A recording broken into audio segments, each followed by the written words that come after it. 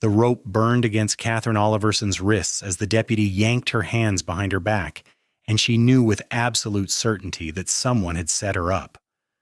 The chestnut mare she had purchased just 3 days ago stood in the corral behind the sheriff's office, and now Thomas Hendricks, the wealthiest rancher in Humboldt, Nevada, was claiming she had stolen his prize horse right out of his stable. It was July of 1882, and the summer heat bore down on the dusty main street as a crowd gathered to watch her humiliation, their faces a mixture of curiosity and judgment that made her stomach turn. "I bought her fair and square," Katherine insisted, her voice steady despite the trembling in her legs. "I have the bill of sale in my saddlebag at the boarding house." Sheriff Morrison, a portly man with a graying mustache, shook his head slowly. "We already checked your belongings, Miss Oliverson. There is no bill of sale. Mr. Hendricks here has the proper papers showing this mare belongs to him, purchased from a breeder in California 2 months back." "That is impossible," Katherine said, her green eyes flashing with indignation. "I bought her from a man named Robert Sullivan at the livestock auction 3 days ago. He gave me the papers. They were in my leather saddlebag, the one with the brass buckle." Thomas Hendricks stepped forward, his expensive boots kicking up small clouds of dust. He was a man in his 50s, well-dressed and confident, the kind of man who was used to getting exactly what he wanted. "Sheriff, I think we have heard enough lies. This woman clearly stole my horse, and I want her prosecuted to the fullest extent of the law. Horse theft is a hanging offense in these parts." The words sent a chill down Katherine's spine despite the oppressive heat. She had come to Nevada from Ohio 6 months ago. Seeking a fresh start after her father's death had left her with nothing but debts and broken promises. She had worked as a seamstress, a cook, and whatever else she could find to scrape together enough money to buy her own horse so she could travel to Carson City where her cousin had promised her steady work. Now everything was falling apart. "I am not a thief," Katherine said firmly, meeting the sheriff's eyes. "Someone took those papers from my room. Someone is lying here, and it is not me." A voice cut through the murmuring crowd, deep and measured. "Hold on just a minute." Katherine turned to see a tall cowboy pushing his way through the gathered townspeople. He was younger than she had expected from the authority in his voice, perhaps 26 or 27, with sun-bronzed skin and dark hair that curled slightly at his collar. His gray eyes were sharp and intelligent as they swept over the scene, taking in every detail. He wore the practical clothing of a working ranch hand, his leather vest dusty from the trail, but there was something about the way he carried himself that commanded attention. "Who are you?" Sheriff Morrison asked, his tone irritated at the interruption. "Garrett Blake," the cowboy said, stopping a few feet from Katherine. "I work for the Miller Ranch, east of here. I could not help but overhear this situation, and I think there might be more to it than meets the eye." Thomas Hendricks scowled. "This is none of your concern, Blake. Stay out of it." Something flickered in Garrett's expression, a tightening around his eyes that suggested there was history between these two men. "When I see an innocent woman about to be convicted of a crime she did not commit, it becomes my concern. I was at that livestock auction 3 days ago. I saw Miss Oliverson here purchase that mare from Robert Sullivan." Katherine's heart leaped with hope. "You saw me?" Garrett nodded, his gaze settling on her face for a moment longer than necessary. "I did. You were wearing a blue calico dress and a straw bonnet. You paid Sullivan $60, and he handed you papers before you led the mare away. I remember because I was thinking about bidding on that same horse myself." The sheriff looked uncertain now, glancing between Garrett and Thomas Hendricks. "Is that true, Miss Oliverson? Did you pay $60? "Yes," Katherine said quickly. "I had been saving for months. It was everything I had." Thomas Hendricks's face had gone red with anger. "This is preposterous. The word of some drifting cowboy means nothing. I have the proper documentation right here showing this horse is mine." "Then we have a problem," Garrett said calmly, "because I know what I saw. And I am curious about something, Mr. Hendricks. If this mare was stolen from your ranch, when exactly did that happen?" "2 nights ago," Hendricks snapped. "My foreman discovered her missing from the stable." "Interesting," Garrett said, his tone thoughtful. "Because Miss Oliverson bought this horse 3 days ago. Which means she had the mare before you claim it was stolen. Does that not strike anyone else as odd? The crowd began murmuring again, and Katherine saw doubt creeping into the sheriff's expression. But Hendricks was not finished. She obviously bought a stolen horse, he said quickly. Sullivan must have stolen it first and then sold it to her.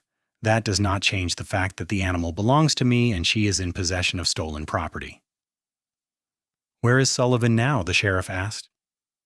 Everyone looked around, but no one seemed to know. Katherine felt her brief surge of hope beginning to fade. Without the bill of sale, it was her word and Garrett's against Hendricks and his paperwork. I think we should search more thoroughly for Miss Oliverson's bill of sale before we do anything hasty, Garrett said. If someone took it from her room, they might have hidden it nearby, or maybe it fell somewhere. These things do not just vanish into thin air and... Sheriff Morrison scratched his jaw. I suppose we could take another look, but Miss Oliverson will remain in custody until this is sorted out. That is not necessary, Garrett protested. She is not going anywhere. It is procedure, the sheriff said firmly. Deputy, put her in a cell. We will continue this investigation in the morning when heads are cooler and we can think straight. As the deputy led Katherine toward the jail, she looked back at Garrett Blake, this stranger who had spoken up for her when no one else would. Their eyes met, and she saw determination in his expression that gave her a small measure of comfort. At least someone believed her. The jail cell was small and stifling in the summer heat, with a narrow cot and a small barred window that let in very little air. Katherine sat on the cot, her mind racing through everything that had happened.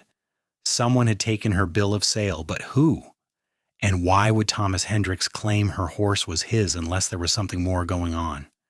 As evening fell and the temperature finally began to drop, Katherine heard voices from the sheriff's office. She moved closer to the cell door, straining to listen. I am telling you, Morrison, something is not right about Hendricks' story. That was Garrett's voice, firm and insistent. What am I supposed to do, Blake? The sheriff replied. The man has papers. She does not.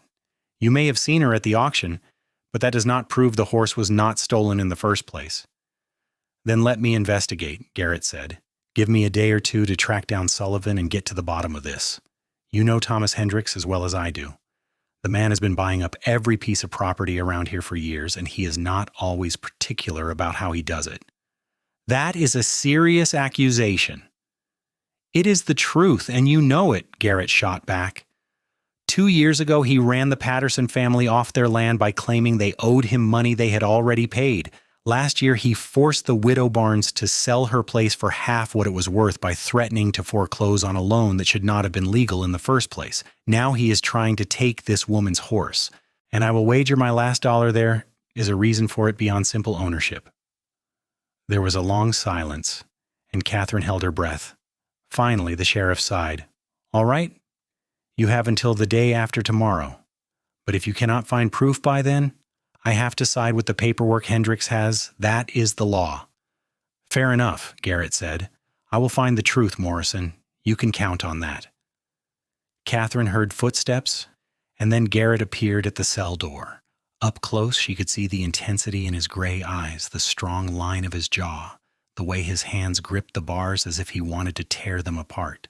Miss Oliverson, he said quietly, I am going to prove your innocence, but I need you to tell me everything you remember about the auction, about Sullivan, and about anyone who might have had access to your room at the boarding house. Katherine moved closer, wrapping her own hands around the cold iron bars. Why are you helping me? You do not even know me. A slight smile touched his lips. Let us just say I have personal reasons for not trusting Thomas Hendricks, and I saw your face when they arrested you. That was not the face of a guilty woman. That was the face of someone who had been betrayed. Something in the way he looked at her made Katherine's breath catch. There was a connection forming between them, sudden and unexpected, like a spark catching on dry tinder. The auction was in the afternoon, she began, forcing herself to focus on the facts. There were maybe 30 people there, mostly men. Sullivan was selling several horses, but the chestnut mare was the finest. He said he had bought her from a ranch that was selling off stock. He seemed legitimate, not nervous or suspicious. He had all the papers ready when I paid him. What did the papers look like? Standard bill of sale, Katherine said. It had the horse's description, the date, Sullivan's signature, and mine. There was also what looked like a previous bill of sale attached showing how Sullivan had acquired her. Garrett nodded slowly. And your room at the boarding house. Who knew you kept your important papers in your saddlebag? Katherine thought back. Mrs. Patterson, who owns the boarding house. The other two women who rent rooms there, Sarah and Margaret. Anyone who might have seen me coming and going, I suppose. I kept my door locked. But Mrs. Patterson has a master key. Anyone else have reason to wish you ill? Not that I know of, Katherine said. I've only been in Humboldt for 6 months. I keep to myself mostly, working and saving money. I have not made enemies. Garrett was quiet for a moment, his brow furrowed in thought. Then he said, I will start by tracking down Sullivan. If he sold you a stolen horse, he will have answers. If he did not, then someone is going to great lengths to frame you, and I want to know why. Mr. Blake, Katherine said softly, and he looked up at her. Thank you. Whatever your reasons for helping me, I am grateful. I was beginning to think no one in this town would believe me. Call me Garrett, he said, and his smile was warm despite the circumstances. And I believe you, Katherine. I will not let them hang you for a crime you did not commit. The way he said her name, with such certainty and care, made something flutter in her chest. She had been alone for so long, fighting for every scrap of security, trusting no one. Now this stranger was putting himself on the line for her, and she did not even understand why. After Garrett left, promising to return with news as soon as he had any, Katherine lay on the narrow cot and stared at the dark ceiling. The night was full of sounds. The distant howl of coyotes, the creak of wood settling, voices from the saloon down the street. She thought about the mare, about all the money she had saved, about how close she had come to having the means to change her life. Now it was all slipping away like sand through her fingers. But she also thought about Garrett Blake, about the determination in his eyes and the strength in his voice. Something about him made her feel safe in a way she had not felt since her father died. It was foolish to put so much hope in a man she had just met, but she could not help it. He was the only person standing between her and a noose. Morning came slowly, the heat building early despite the hour. Katherine woke to find the sheriff bringing her a plate of eggs and biscuits from the hotel restaurant. Eat up, Morrison said gruffly. Whatever happens, you will need your strength. Has Garrett found anything yet? She asked. The sheriff shook his head. He rode out before dawn. Said he had a lead on Sullivan's whereabouts. We will see what comes of it. The day dragged on with agonizing slowness. Katherine paced the small cell, sat on the cot, stood at the window watching the slice of street she could see. Townspeople passed by, some glancing at the jail with curious expressions. She wondered what they thought of her, whether they believed she was guilty or if any of them had doubts like Garrett did. It was late afternoon when she heard horses outside and voices raised in argument. She rushed to the cell door just as Garrett strode into the sheriff's office, dust-covered and grim-faced. Behind him came a thin man with nervous eyes who Katherine recognized immediately as Robert Sullivan. I found him in Silver City, Garrett announced. He had some interesting things to say about Thomas Hendricks. Sheriff Morrison came out of his back office, eyebrows raised. That so? Let us hear it then.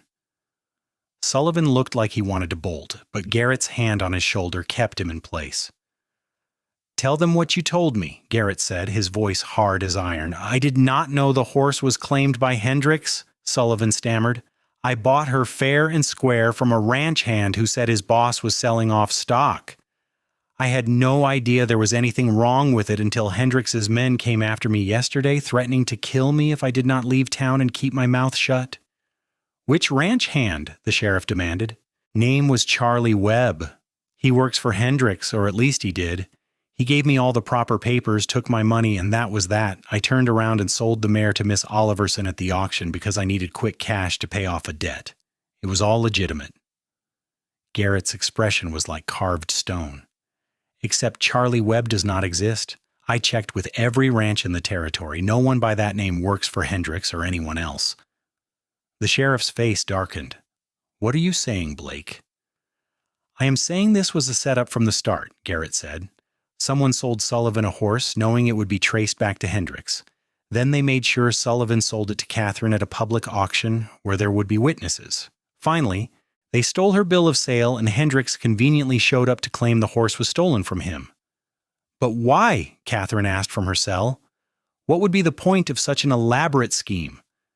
Garrett turned to look at her, and she saw anger simmering beneath his calm exterior.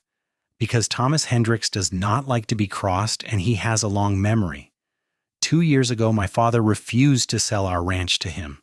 Hendricks tried everything legal and otherwise to force us out. My father died last winter, and I inherited the property. Hendricks has been pressuring me to sell ever since. What does that have to do with Miss Oliverson? Morrison asked. Last week, I turned down Hendricks's latest offer publicly in front of half the town at the general store. I told him I would never sell to a man like him, that he was a cheat and a liar. He said I would regret those words. Garrett's jaw tightened. This is his revenge. He knows I would not stand by and watch an innocent woman hang.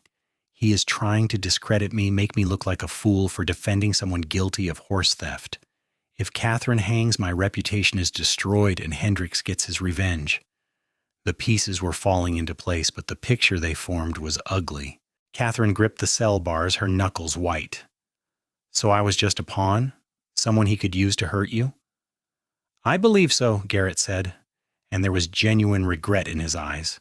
I am sorry you got caught up in this. This is all speculation, Sheriff Morrison said, but he sounded uncertain.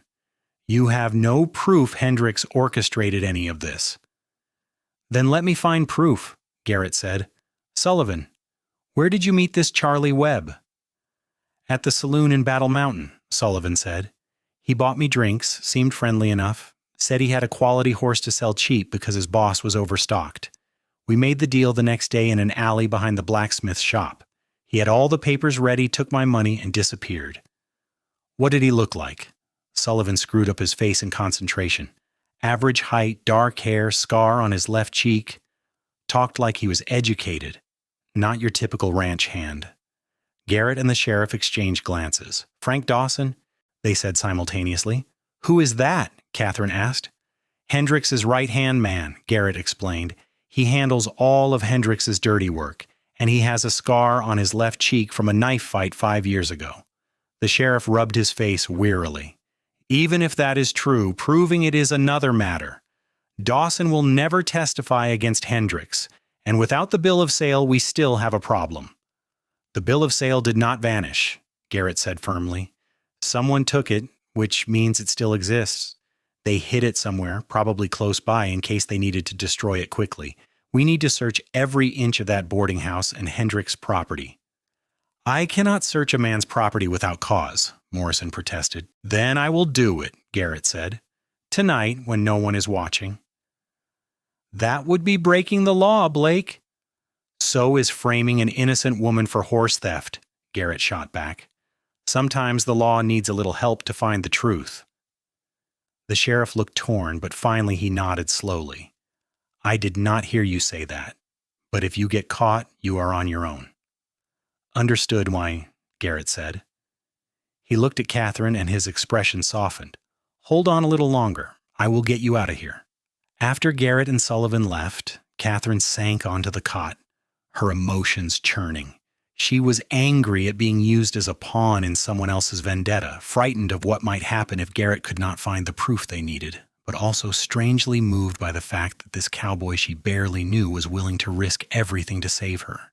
There was something between them. She could feel it growing stronger with each interaction, a pull that had nothing to do with gratitude and everything to do with the way he looked at her like she mattered. Night fell, and Katherine dozed fitfully, waking at every sound. She had no idea what time it was when she heard quiet footsteps outside her cell. She sat up quickly, her heart pounding, and saw Garrett standing in the shadows. "How did you get in here?" she whispered. "The deputy fell asleep," Garrett said with a slight smile. "I did not come to break you out, though I am tempted. I just wanted to tell you what I found." "You went to Hendricks's ranch?" "I did. Took me 3 hours to search the place without getting caught, but I finally found what I was looking for in Frank Dawson's quarters. He held up a folded piece of paper, and even in the dim light, Katherine could see it was yellowed and official-looking. Your bill of sale. It was hidden under a loose floorboard along with several other documents that I'm betting Hendricks does not want anyone to see. Relief flooded through Katherine so powerfully that she felt tears spring to her eyes. You found it. You actually found it. Garrett reached through the bars and took her hand, his grip warm and strong. I told you I would prove your innocence. Tomorrow morning, we will present this to the sheriff and you will be free. Katherine held onto his hand like a lifeline. I do not know how to thank you. You have done so much for me, risked so much. You do not need to thank me, Garrett said softly. His thumb traced gentle circles on the back of her hand, sending shivers up her arm despite the warm night. When I saw you standing there in the street, accused of something you did not do, I knew I had to help. And now that I've gotten to know you a little, I'm glad I did. You barely know me at all, Katherine said, but her voice was breathless. I know enough, Garrett said. I know you are brave and honest. I know you came here alone to make a better life for yourself. I know you have the kind of strength it takes to survive in this country. That is more than enough for me to know I want to keep knowing you. The intensity in his eyes made Katherine's heart race. What are you saying? Garrett was quiet for a moment, as if weighing his words carefully. I am saying that when you get out of here tomorrow, I would like to spend more time with you. Court you properly, if you are willing. I know the circumstances are strange, but I have not been able to stop thinking about you since the moment I saw them putting those ropes on your wrists. Katherine could barely breathe. She had given up on the idea of romance months ago, too focused on simple survival to dream of anything more. Now this man, this strong, honest cowboy who had saved her life, was offering her something she had not dared to hope for. I would like that, she said quietly. Very much. Garrett smiled, and it transformed his whole face, making him look younger and somehow more vulnerable. Good. Then tomorrow, after we clear this mess up, I'm taking you to dinner at the hotel, a proper celebration. I look forward to it, Katherine said, and meant it with every fiber of her being. After Garrett left, slipping away as quietly as he had come, Katherine lay back on the cot with her hand pressed to her chest, feeling her heart beating rapidly. Everything had changed in an instant. Just hours ago she had been facing death. Now she had hope for freedom and something even more precious, the possibility of love. Morning came, and with it, Sheriff Morrison's heavy footsteps. He unlocked the cell door before Katherine was fully awake. You are free to go, Miss Oliverson, he said, his tone formal. Mr. Blake presented evidence last night that proves your bill of sale is legitimate and that you are the rightful owner of that mare. Thomas Hendricks's claim has been dismissed. Katherine stood on shaky legs. What about Hendricks? Will he be charged with anything? Morrison's expression darkened. That is a complicated matter. We have evidence of wrongdoing, but proving Hendricks himself was involved is difficult. Frank Dawson has disappeared, likely warned by someone that we were onto them. Without his testimony, all we have is circumstantial evidence. So Hendricks gets away with it? Katherine felt anger rising in her throat. For now, Morrison admitted, but his reputation has taken a serious hit. Word spreads fast in a small town and people are talking about what happened. That will hurt him more than any fine or jail time would. It was not the justice Katherine wanted, but she supposed it was better than nothing. She walked out of the jail into the bright morning sunlight, blinking at the sudden glare. Garrett was waiting outside, leaning against a post with his arms crossed, and when he saw her, his whole face lit up. Free woman, he said, pushing off from the post. How does it feel? Overwhelming, Katherine admitted. I still cannot quite believe it is over. Believe it, Garrett said. He gestured to where her chestnut mare stood tied to a hitching rail. I brought your horse from the corral. She is all yours legally and officially. Katherine walked over to the mare, running her hands over the smooth coat. feeling the solid reality of the animal beneath her palms. This horse represented everything she had worked for, her independence, her future, her dreams, and she had almost lost it all. "Thank you," she said again, looking back at Garrett, "for everything." "About that dinner tonight," Garrett said, moving closer. "I was thinking we could make it lunch instead. I do not want to wait that long to spend time with you properly." Katherine laughed, the sound bubbling up from deep inside her. "Lunch sounds perfect." They walked to the hotel together, and Katherine was acutely aware of the townspeople watching them, whispering behind their hands. She held her head high, refusing to be ashamed of something she had not done. Garrett walked beside her with easy confidence, his presence a shield against the gossip. The hotel dining room was half full, and heads turned when they entered. Garrett led her to a table by the window, pulling out her chair with old-fashioned courtesy. When they were settled with coffee and menus, he leaned forward slightly. "I want to hear your story," he said, "all of it. Where you came from, why you came to Nevada, what you dream about, everything." So Katherine told him. She spoke of growing up in Ohio, of her father's failed business ventures, and his death that left her penniless. She talked about the long journey west, the fear and excitement mixed together, the hope that she could build something better for herself.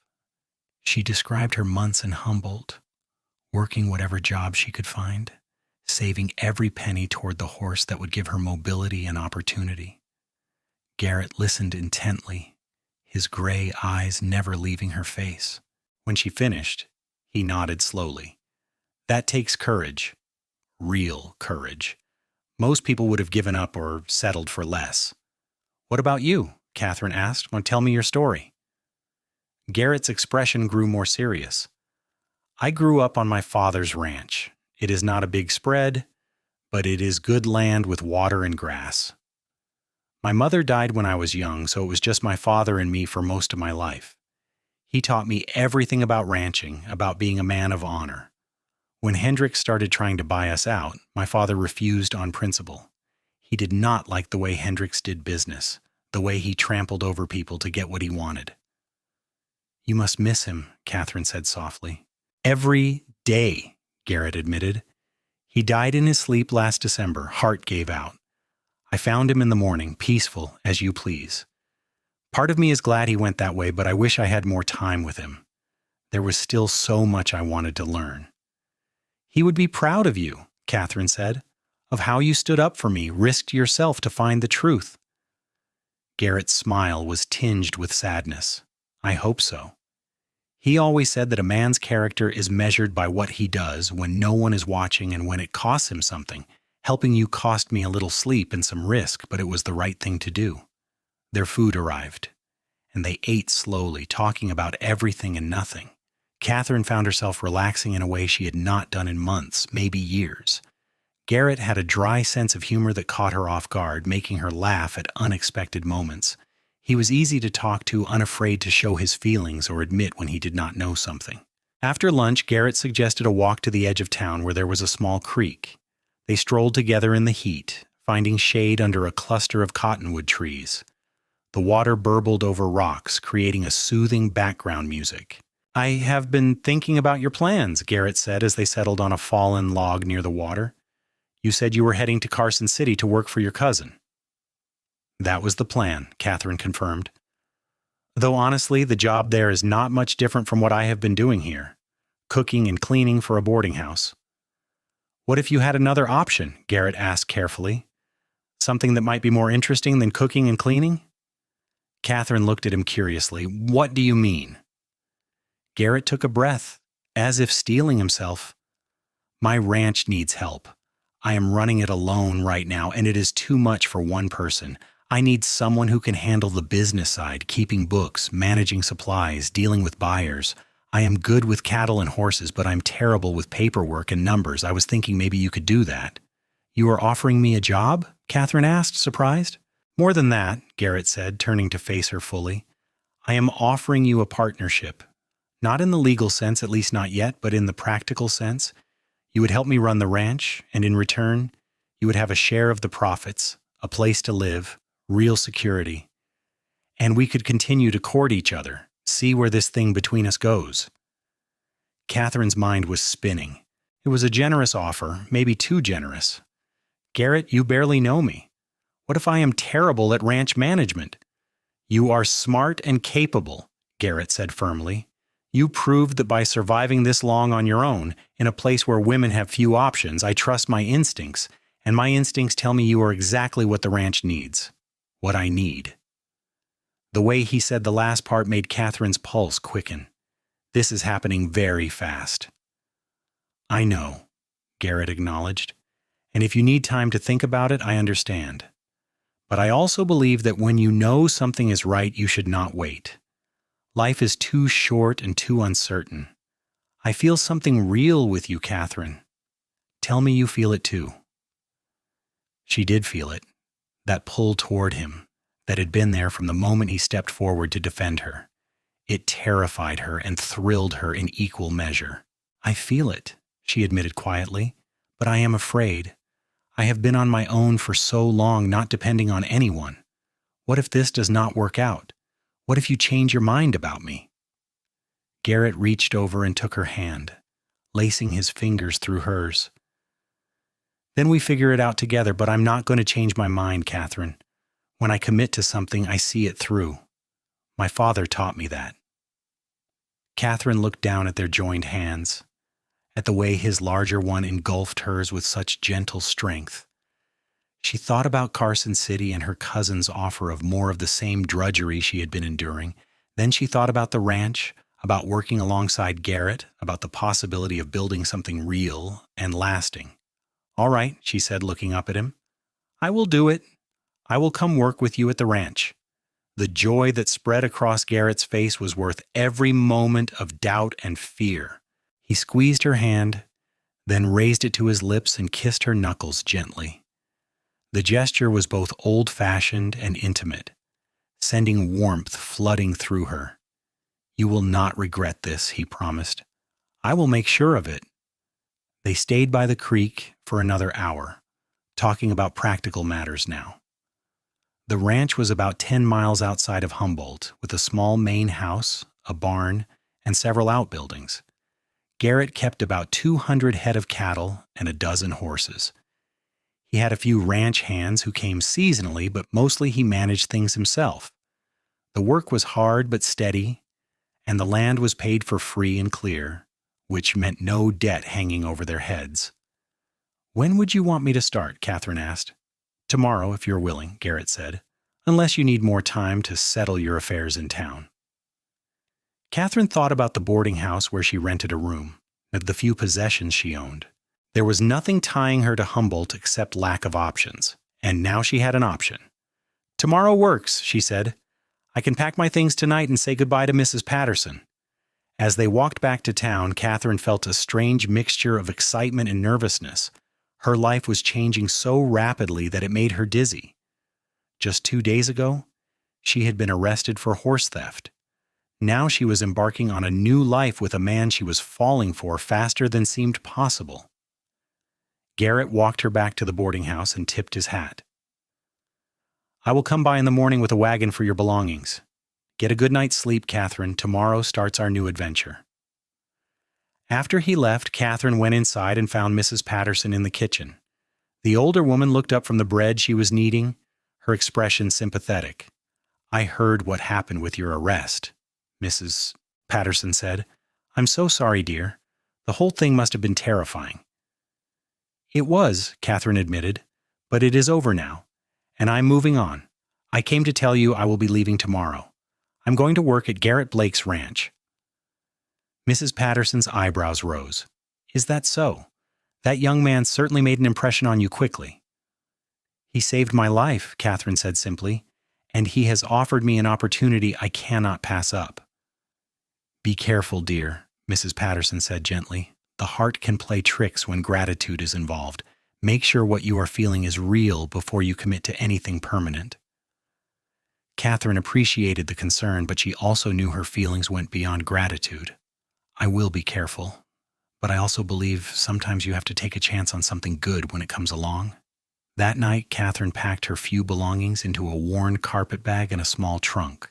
She did not own much, just clothes, a few books, her mother's sewing kit, and some photographs of her family.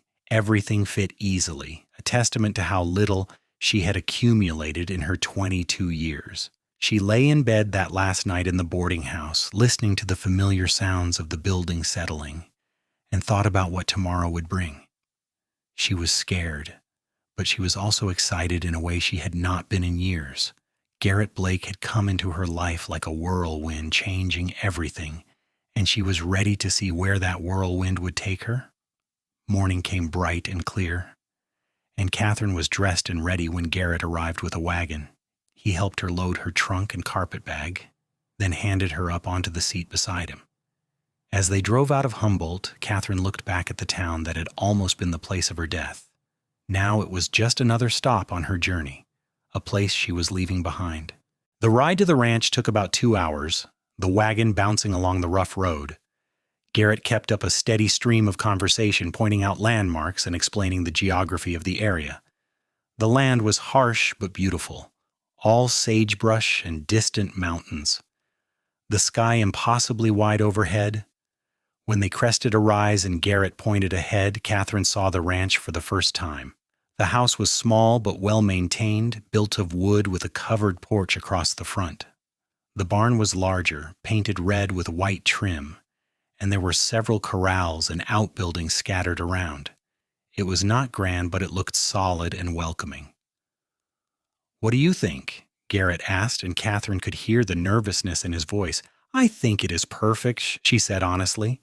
Garrett broke into a grin and urged the horses forward.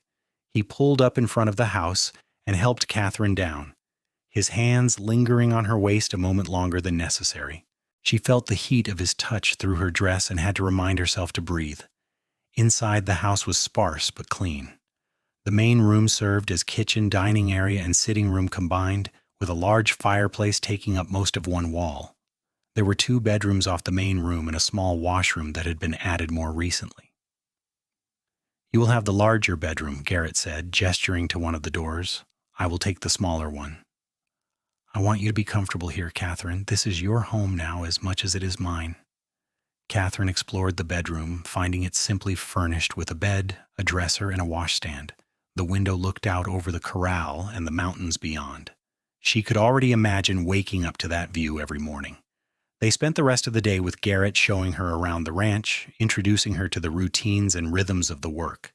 He showed her where he kept the account books, such as they were, and Katherine quickly saw what he meant about being bad with paperwork. The records were haphazard at best, numbers scrawled on scraps of paper and stuffed into drawers. "This is going to take some organizing," she said, shaking her head but smiling. "That is why I need you," Garrett said. "I know it is a mess. I always intended to clean it up, but I never seemed to find the time." Over the next few days, Katherine threw herself into the work. She organized the account books, creating proper ledgers and tracking expenses and income. She took over the cooking and household management, freeing Garrett to focus on the outdoor work. They fell into an easy rhythm, working alongside each other during the day and sharing quiet evenings on the porch as the sun set. The more time they spent together, the stronger Katherine's feelings grew. She watched Garrett work with the horses, his patience and skill evident in every movement. She saw how he treated the seasonal ranch hands with respect, how he worried about the cattle during the hot summer days, how he took pride in the land his father had left him. He was a good man, through and through, and she found herself falling more deeply in love with him each day. Garrett was equally smitten, though he tried to be respectful of the fact that they were still getting to know each other. He found excuses to be near Katherine, to brush against her as they worked in the kitchen, to catch her eye across the dinner table. He loved the way she laughed at his jokes, the way she concentrated so fiercely when working on the books, the way she had taken to ranch life as if she had been born to it. 3 weeks after Katherine arrived at the ranch, Garrett decided he could not wait any longer. They were sitting on the porch after dinner watching the stars come out, and he reached over and took her hand. "Katherine, I need to tell you something," he said, his voice serious. She looked at him, her heart starting to race. "What is it?" I am in love with you, Garrett said simply. I know it has only been a few weeks, but I'm certain of my feelings. You are everything I did not know I was looking for. You are smart and strong and beautiful, and every day with you is better than the day before. I do not want to rush you or make you uncomfortable, but I had to tell you how I feel. Katherine felt tears spring to her eyes, but they were happy tears. I love you too, she whispered. I was afraid to say it first, afraid it was too soon or that you would think I was just grateful. But it is more than that, Garrett, so much more. Garrett pulled her close, wrapping his arms around her, and Katherine melted into his embrace. They stayed like that for a long moment, just holding each other under the vast Nevada sky. Then Garrett pulled back slightly and cupped her face in his hands. May I kiss you? He asked softly. Katherine nodded, unable to speak, and then his lips were on hers, gentle at first and then deeper as she responded. It was everything a first kiss should be, tender and passionate and full of promise. When they finally broke apart, both breathing hard, Garrett rested his forehead against hers. I want to marry you, he said. I know we should wait longer, do things properly, but I already know you are the woman I want to spend my life with. Will you be my wife, Katherine? Yes, Katherine said without hesitation. Yes, I will marry you.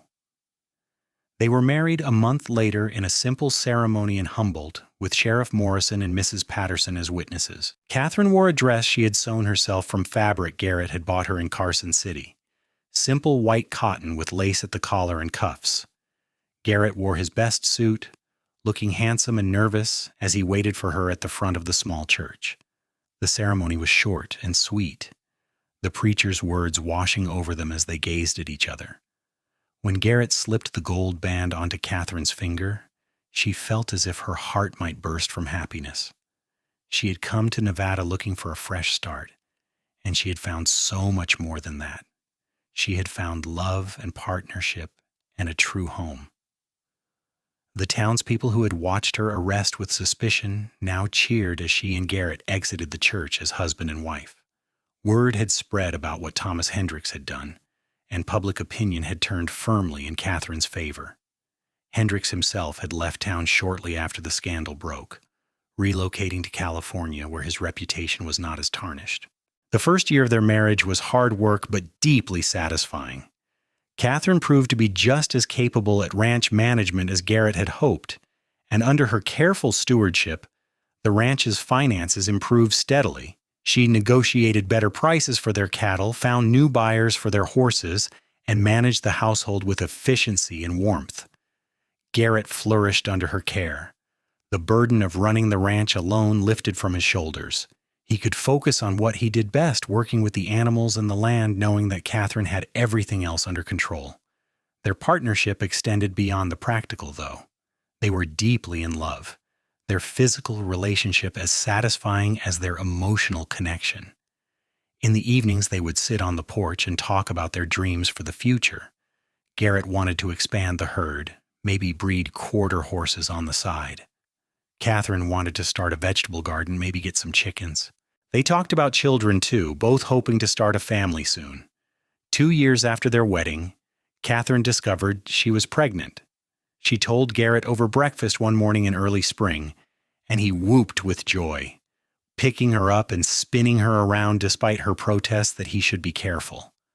I am going to be a father, he said, his eyes shining with tears. We are going to have a baby. We are, Katherine confirmed, laughing at his excitement. In about 7 months, if my calculations are right. Those 7 months seemed to fly by and crawl at the same time. Garrett became impossibly protective, insisting Katherine rest more and work less. She humored him when she could, but she also refused to be treated like an invalid. She continued managing the books in the household, only scaling back in the final weeks before the baby was due. Their son was born on a cold November morning in 1884, arriving just after dawn with a lusty cry that announced his presence to the world. Garrett held the tiny bundle in his large hands, looking utterly terrified and completely in love. He is perfect, Garrett whispered, absolutely perfect. They named him Gregory after Garrett's father, and he quickly became the center of their universe. Katherine had never known she could love anything as fiercely as she loved her son, unless it was the man who had given him to her. Watching Garrett with Gregory, seeing the patience and tenderness he showed their baby, only deepened her love for her husband. As Gregory grew from infant to toddler, the ranch continued to prosper. Garrett's horse breeding program was taking off, his quarter horses gaining a reputation for quality throughout the territory. Katherine had expanded beyond just managing the books. She now handled all their correspondence and was negotiating deals with buyers as far away as San Francisco. When Gregory was 3 years old, Katherine became pregnant again. This time she was less nervous, more confident in what to expect.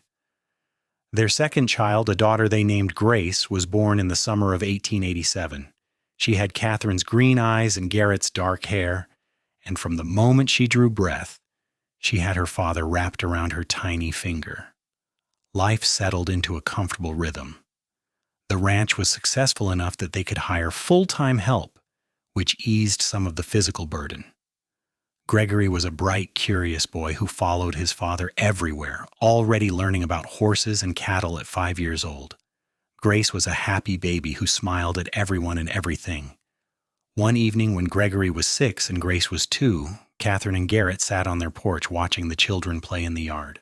Gregory was showing Grace how to make flower chains from the wildflowers that grew near the house, his patience with his little sister evident in every gesture. "Do you ever think about that day in Humboldt?" Katherine asked, leaning against Garrett's shoulder, "when I was arrested and you stepped forward to help me?" "All the time," Garrett admitted, wrapping his arm around her. "It was the day my life really began. Everything before that was just preparation for finding you." "I was so scared," Katherine said softly. "I thought I was going to hang for a crime I did not commit. Then you appeared like something out of a story, the hero riding to the rescue." "You were already rescuing yourself," Garrett said. "I just helped a little. You have always had the strength to survive, Katherine. That is one of the things I love most about you." Katherine turned to kiss him, a gentle press of lips that still sent warmth flooding through her body even after years of marriage. "I love you, Garrett Blake. Thank you for believing in me when no one else did." "I love you too," Garrett murmured against her lips, "and I will keep believing in you every day for the rest of our lives." As the sun set over the ranch, painting the sky in shades of gold and crimson, Katherine reflected on how far she had come from that terrified young woman standing in the street with ropes on her wrists. She had found love in the most unexpected circumstances, had built a life and a family with a man who was her partner in every sense of the word. The years continued to pass, marked by the changing seasons and the growth of their children. Gregory grew into a tall, capable young man who shared his father's love of ranching. At 18, he was already talking about expanding their operation, breeding not just quarter horses, but also acquiring more land for cattle. He had his mother's head for business and his father's skill with animals, a combination that promised great things for the ranch's future. Grace at 14 was a spirited young woman who had inherited her mother's determination and her father's easy charm. She helped Katherine manage the household and had recently started learning bookkeeping, showing a natural aptitude for numbers that delighted her mother. When Gregory was 20 and Grace 16, Katherine and Garrett discovered they were expecting another child. It was a surprise given that Katherine was now 42 and had assumed her childbearing years were behind her. But the pregnancy progressed smoothly, and in the spring of 1903, they welcomed another son whom they named Gabriel. The baby brought new life and energy to the ranch, and Gregory and Grace were delighted with their baby brother. Garrett, now 50, joked that he was too old to be chasing after a toddler again, but his face lit up every time he held Gabriel, and Katherine knew he was just as thrilled as she was. As the new century progressed, the ranch continued to thrive. Gregory took on more responsibility, essentially running the day-to-day operations while Garrett transitioned into an advisory role. Katherine gradually handed over the bookkeeping to Grace, who had developed into an excellent manager in her own right. Through it all, Katherine and Garrett's love for each other never wavered.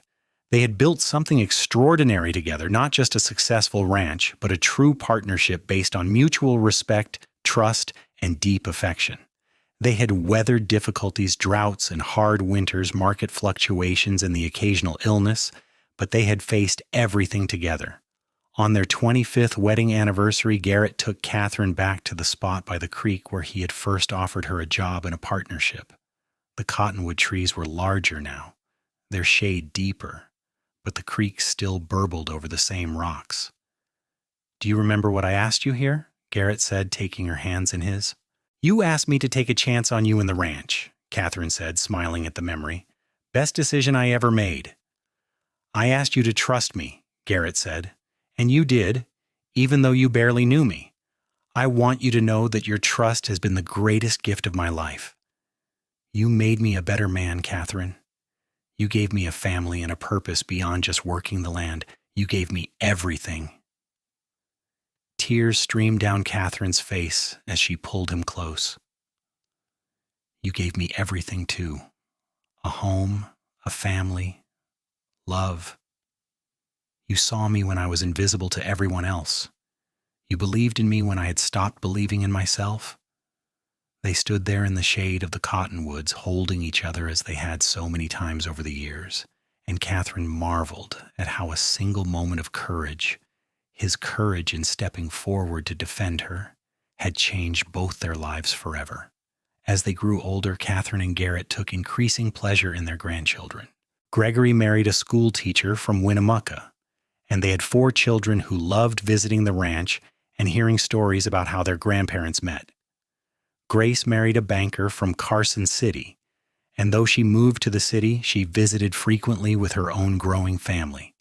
Gabriel, the surprise baby who had arrived when his parents were in middle age, grew up in a household full of love and laughter. He absorbed the lessons of hard work and integrity that his parents embodied. And by the time he was in his 20s, he had decided to become a veterinarian, wanting to help animals in a different way than his father had. Katherine and Garrett retired from active ranch management when Katherine was 65 and Garrett 73. Gregory had long since taken over full operation of the ranch, expanding it into one of the most successful operations in northern Nevada. They moved into a smaller house they had built on the property, close enough to be involved but far enough to give Gregory and his family space. In their retirement, Katherine and Garrett spent their days doing the things they loved. Garrett worked with the horses when he felt up to it, though he left the heavy work to younger men. Katherine tended an extensive flower garden and finally had time to read all the books she had accumulated over the years. They took walks together every evening, hand in hand, talking about their day and their memories. One afternoon in late summer, when Katherine was 72 and Garrett 80, they sat on the porch of their little house, watching the sun set over the mountains. The sky was ablaze with color, and in the distance they could see Gregory working with the horses, his own son beside him, learning the family trade. "We did good, did we not?" Garrett said, squeezing Katherine's hand. "We did very good," Katherine agreed. "Better than I ever dreamed possible." "I was thinking about that day again," Garrett said. "The day in Humboldt when I saw them arresting you. Do you know what made me step forward?" Katherine looked at him curiously. They had told the story dozens of times over the years, but she had never asked him this particular question. "What?" "Your eyes," Garrett said simply. "I saw your eyes, and I saw fire there. Not guilt, not shame, but righteous anger. I knew in that instant that you were innocent, that you were being wronged, and I could not stand by and watch it happen. Some things you just know in your gut, and I knew you were special." "I saw something in you too," Katherine said softly. "When you stepped out of that crowd, I saw strength and goodness. I saw someone I could trust, and I was right." Garrett brought her hand to his lips, kissing it gently as he had done countless times over their 50 years together. "We were both right. We found each other, Katherine, in the middle of the Wild West, in the middle of a crisis, and we built a life together that has been beyond anything I could have imagined." "The best life," Katherine said, leaning her head on his shoulder. "The very best life." As the sun sank below the horizon and the first stars appeared in the darkening sky, Katherine and Garrett sat together in comfortable silence, 2 people who had found love in the most unlikely circumstances and had nurtured it into something that lasted a lifetime. The ranch they had built together would continue for generations, but more importantly, the love they shared would echo through their children and grandchildren, a legacy more valuable than any amount of land or cattle. In the years that followed, they grew old together with grace and contentment. Garrett passed away peacefully in his sleep at the age of 87, with Katherine at his side holding his hand. She grieved deeply, but not with bitterness, grateful for every moment they had shared. Katherine lived another 5 years surrounded by her children, grandchildren, and even great-grandchildren. She spent her final years telling stories about the old days, about coming to Nevada with nothing but hope, about being falsely accused and saved by a cowboy who became the love of her life, about building a ranch and a family from scratch. When Katherine passed away at the age of 82, the funeral was attended by hundreds of people. The ranch Gregory ran was now one of the largest in the state, and the Blake name was respected throughout Nevada. But what people remembered most about Katherine and Garrett Blake was not their success or their wealth, but their love story. The tale of how a wrongly accused woman and the cowboy who believed in her had found each other and built something extraordinary together. The ranch continued to prosper under Gregory's management and eventually passed to his children. But in the main house, they kept a special room dedicated to Katherine and Garrett, filled with photographs and mementos from their lives. Visitors to the ranch could see the original bill of sale that Garrett had risked everything to recover. Framed now and faded with age, they could see wedding pictures, photographs of the growing family, and a journal Katherine had kept during their first year together. The story of Katherine and Garrett became family legend, told and retold at gatherings and celebrations.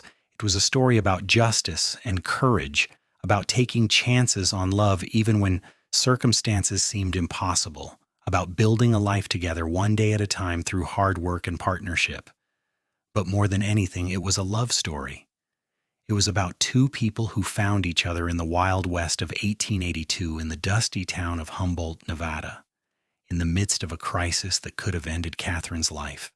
Instead, it became the beginning of something beautiful, something that lasted 50 years and echoed through generations.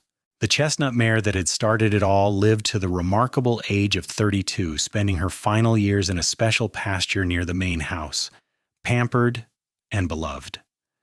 When she died, she was buried on a hillside overlooking the ranch, with a marker that read, "The horse that brought us together."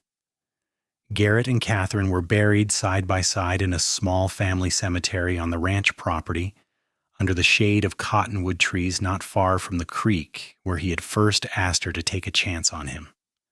Their graves were marked with a simple stone that bore their names, dates, and a single line that their children had chosen: "Together forever, from that day in Humboldt to eternity."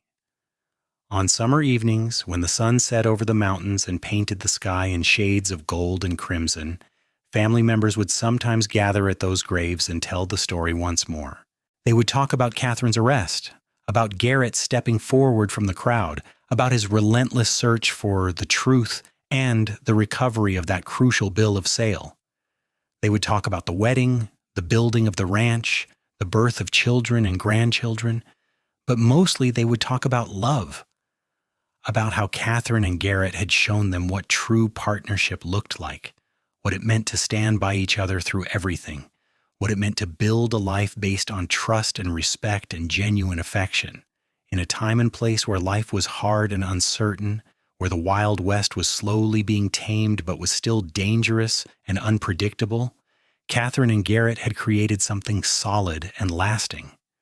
Their great-great-grandchildren, living well into the 21st century, would still hear the story and feel the impact of what their ancestors had built. The ranch was still in family hands, now a historic landmark as well as a working operation. Tour guides would point out the original house, the barn that Garrett had built with his own hands, the corrals where he had trained horses. But the real legacy was not in the buildings or the land. It was in the example of a love that had overcome obstacles, that had been tested by false accusations and cleared by one man's determination to find the truth. It was in the reminder that sometimes the most important thing you can do is stand up for someone who cannot stand up for themselves, even when it costs you something, even when it puts you at risk. Garrett Blake had seen an injustice and refused to look away. Katherine Oliverson had been brave enough to trust a stranger and take a chance on love. Together they had built not just a ranch, but a legacy of integrity, courage, and devotion that touched everyone who heard their story. And it had all started with a stolen bill of sale, hidden under a floorboard by a man who wanted revenge, recovered by a cowboy who would not rest until he found the truth, and returned to the woman who would become the love of his life. From that single act of courage and determination had grown 50 years of love, a thriving ranch, a large and loving family, and a story that would be told for generations. In the end, that was what mattered most. Not the false accusation or the danger Katherine had faced, not the success of the ranch or the size of the family fortune, but the love that had grown from a moment of crisis into something that lasted a lifetime and beyond. Katherine and Garrett Blake had shown everyone who knew them what was possible when two people committed to each other completely, when they worked together as true partners, when they let love guide their decisions and shape their lives. Their story became a touchstone for the family, a reminder of where they had come from and what values they held dear. When times were hard, family members would remember how Katherine and Garrett had persevered. When relationships were strained, they would remember how those two had always put each other first. When decisions had to be made about the ranch or the family, they would ask themselves what Katherine and Garrett would have done. The love story that began in the dust of a Nevada street in 1882 never truly ended. It lived on in the land they had worked together, in the children and grandchildren and great-grandchildren they had raised, in the values they had embodied, and in the memories that remained vivid even as decades passed. Katherine and Garrett Blake had found each other in the Wild West, in a time when life was uncertain and justice was sometimes hard to find. But they had held on to each other, built a life together, and created a love story for the ages. And that, in the end, was the greatest legacy anyone could leave behind, a testament to the power of love, courage, and unwavering commitment to doing what was right, no matter the cost.